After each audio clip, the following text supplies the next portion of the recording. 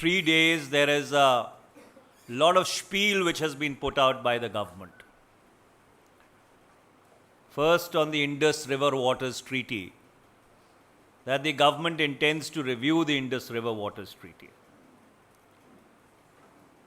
Now, what does that review mean? Does that review mean that the government is planning to scrap the Indus River Water Treaty? Does the review mean that the government would utilize 20% of the waters of the western rivers, the Indus, Chenab and Jhelum, which flow into Pakistan in an unrestricted manner? For if that is the case, a hydel project does not get constructed overnight. It takes between 5 to 10 years for a hydel project to come up.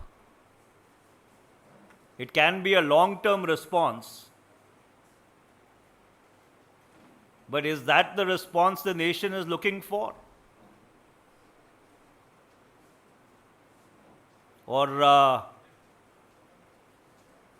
do the Karyakartas of the BJP and the Sangh Parivar intend forming a human dam to stop the flow of the waters to Pakistan?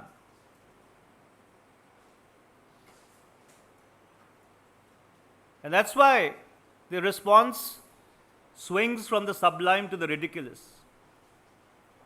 On the most favored nation status, my colleague the other day was correct in demanding the abrogation of the MFN. Because for 20 years, Pakistan has not reciprocated the MFN.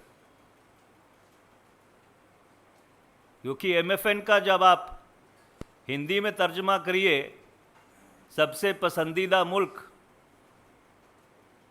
तो हमने तो पाकिस्तान को सबसे पसंदीदा मुल्क बना ही लिया था, पर उनको वो गवारा नहीं आया था.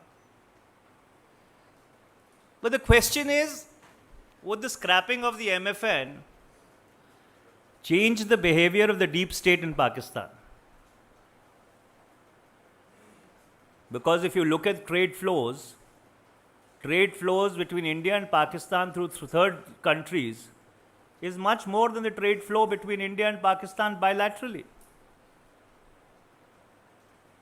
So, ultimately, if the intent is to change the behavior of Pakistan, to stop it from exporting terror,